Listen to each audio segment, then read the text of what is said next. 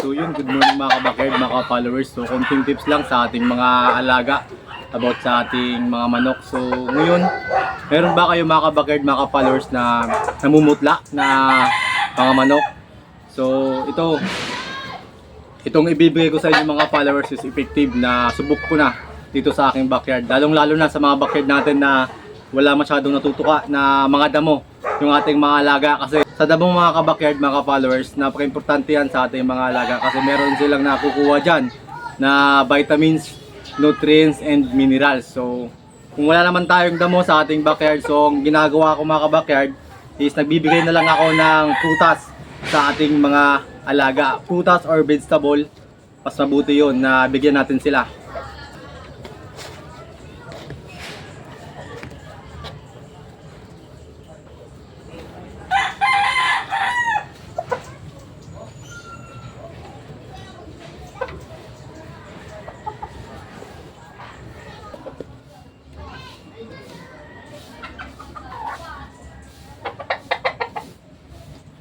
Ang prutas, mga ka-backyard baka breeders, is madami din itong mga benepisyo na maibibigay sa ating mga alaga.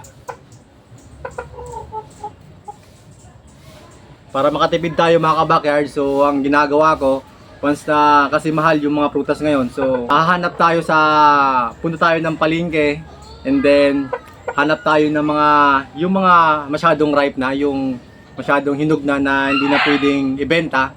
Yun yung bilhin natin mga kabakerd, mga followers, kasi pag binili natin yon is mura na yon mga kabakerd, so makakatipid na tayo nun.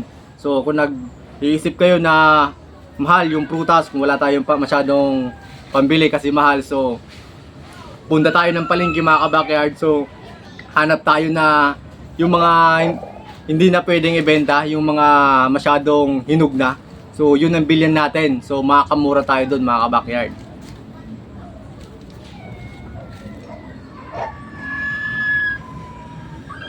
So ito yung ginagawa ko mga ka-backyard, para kasi dito sa aking backyard is wala na masyadong tutukan na damo. So nagbibigay na lang ako ng mga prutas or vegetable sa ating mga alaga.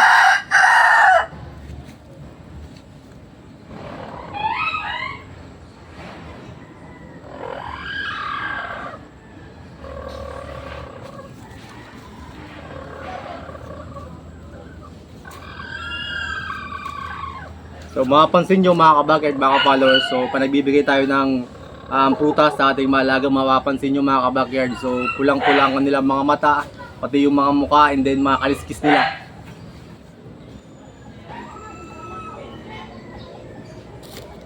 So yun, ibigay na natin mga kabakerd.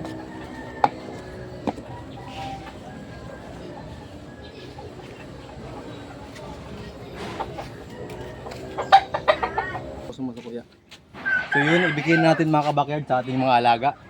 So ito, yung ibibigay natin, yung hinog na Carabao mango.